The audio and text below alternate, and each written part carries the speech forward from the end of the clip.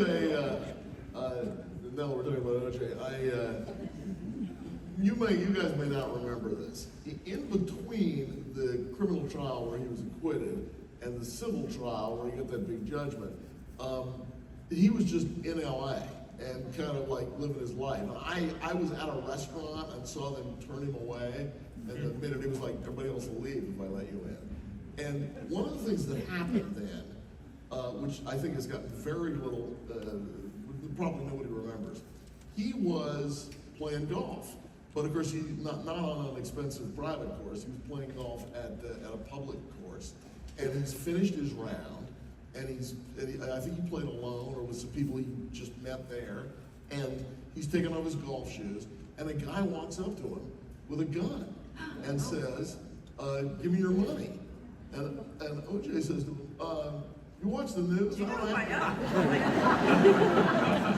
spent it all on like my criminal defense. And the guy's like, you're lying, give me your money.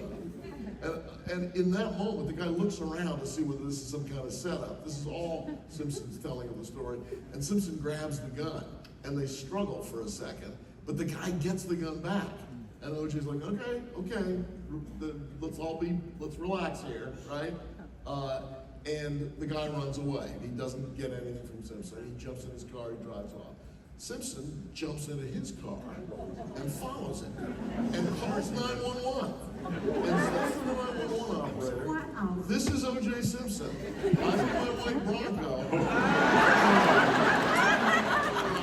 I'm not making any of this up. And I'm following the guy who's trying to kill me.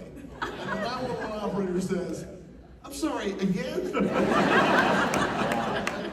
And then they say what they say to everybody in that situation, which is, give us a description of the car, pull over, we'll take over.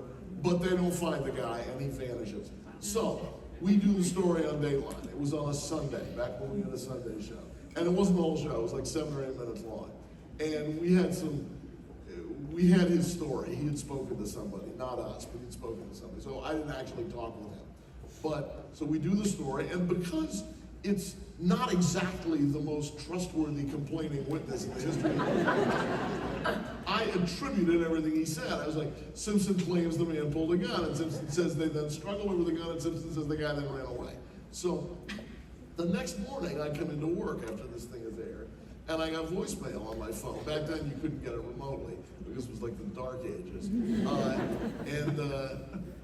And my first voicemail begins, and it's clearly him. It begins, Josh Mankiewicz, this is O.J. Simpson, and you're a son of a bitch.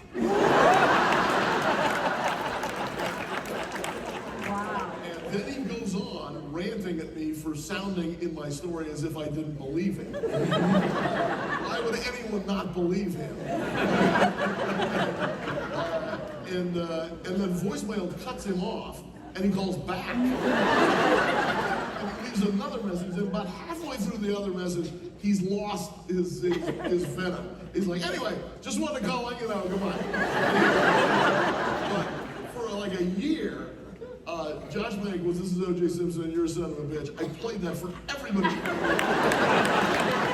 a moron, I didn't save it, because now it's like the ringtone or something, right?